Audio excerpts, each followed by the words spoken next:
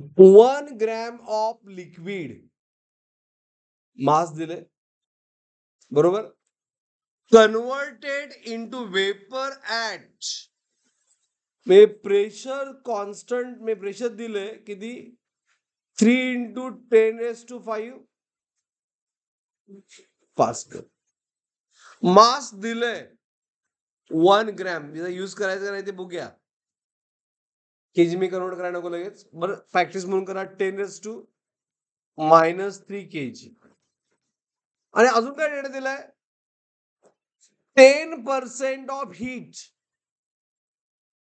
Supplied use for increasing volume. May delta V दिलाय बघा,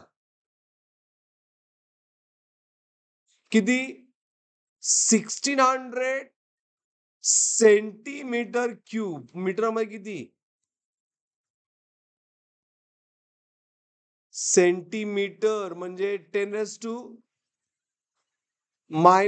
चा क्यूब म्हणजे -6. बरोबर, इज इट राईट? मग या पी आणि डेल्टा व्ही ने काय मिळेल, वर्क मिळेल, बरोबर आहे ना? हा, बघा लक्ष द्या,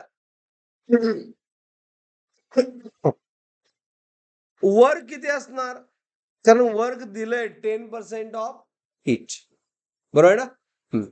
so work is by formula P dV. Work find करा, वर्क का फाइंड करा काय ना, वर्क दिलंय 10% ऑफ क्यू, म्हणजे किती आहे, पी किती आहे, 3 × 10⁵ इंटू 1600 इंटू 10⁻⁻6, म्हणजे किती येणार, 16 वर किती झिरो, 2 झिरो, आणि या पॉवरचं ऍडिशन काय येणार, -1, म्हणजे वर किती आलं, 480 जूल. हे कळालं का सगळ्यांना? वर्कच का फाईन केलं, कारण आपल्याला वर्क न सॉल्व्ह करायचं आहे. ही 480 जूल हीट कोणाची आहे, 10% of total, is it right? म्हणजे वर्क आपल्याला काय दिलंय, वर्क इज 10% ऑफ क्यू दिले ना, असं दिले ना. हा, मग वर्क आहे 480, बरोबर, 10% में राहिलं किती, 1/10 ऑफ क्यू, मग क्यू किती आलं, 4800 जूल. दोन्ही सॉल्व्ह होत आहे.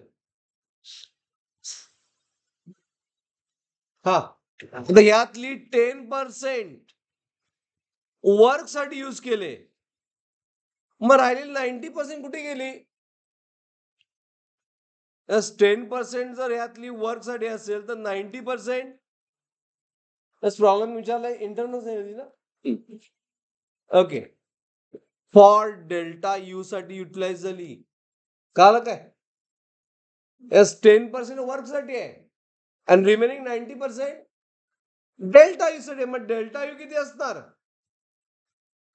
90% ऑफ क्यू, बरोबर, आणि त्यामुळं 90/100 ऑफ क्यू किती, 4800. तेव्हा आन्सर काय आलं, 2 झिरो कॅन्सल झालं, 948 किती येते,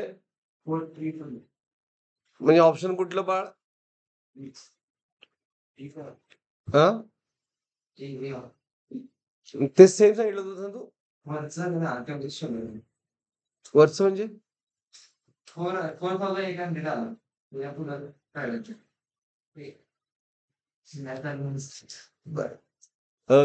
इज इट क्लिअर? सो येथे लक्षात प्रॉब्लेम्स